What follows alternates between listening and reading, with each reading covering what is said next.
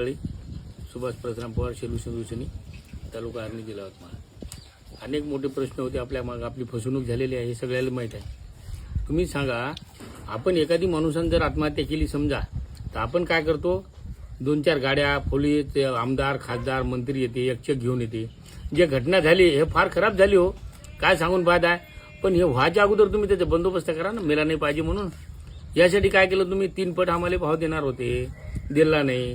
आमचा कर्ज माफ करणार होते, दिले नाही. आम्हाला फुकट योजना काहीच नाही पाहिजे, कोणतीच नका देऊ ना तुम्ही.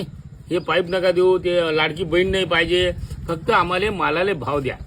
10,000 रुपये कापसाला द्या, 10,000 3 पट भाव देणार होता मोदी सरकार. 5 वर्ष विश्वास ठेवला राजू तुमच्यावर आम्ही, आणि डबल बी आम्हाला मातीत टाकलं. डबल म्हणलं, जमल म्हणलं. आता एवढं मोठे जाहीरनामा काढला याच्यावाला, आता आपल्याला लईच देणार वाटते म्हणलं. तुमचा जाहीरनामा वाचला तर 50% लोक मेले अटॅकनं.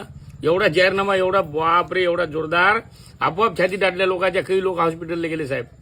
पण तुम्ही राजाओ काय खरंच एवढं फगण्या पाहिलेच नाही मी कुठं.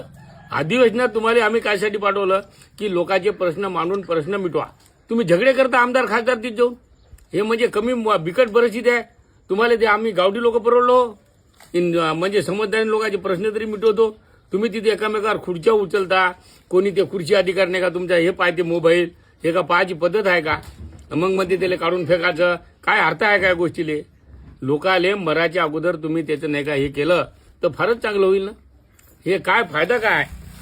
किती लोक गेले, काय हिशोब आहे का? मग येता मस्त आम्हाला संरक्षण, तुमच्या मागं नाही का 10 कमांडो. आम्ही नाही का हो, आम्ही जन्म मायाच्या पोटीत घेतला ना. तुम्ही घेतला, आम्हीच घेतला.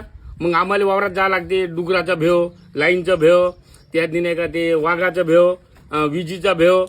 म्हणजे आम्हाला द्या ना तुम्ही संरक्षण. आम्ही मागतो तुम्हाला बंदूक तर द्या आम्हाला. लांचुकले डुकरे रामटाले काही घेणं देणं नाही तुम्हाला. तुम्ही निस्ता मतदान पुरते करता आणि आमची फसवणूक झालेली आहे. याच्यासमोर फसवणूक होणार नाही. 5 वर्ष तुमच्यावर विश्वास ठेवला, डबल 5 दिलं तुम्हाला आम्ही. 5 आणि 5 10 झाले.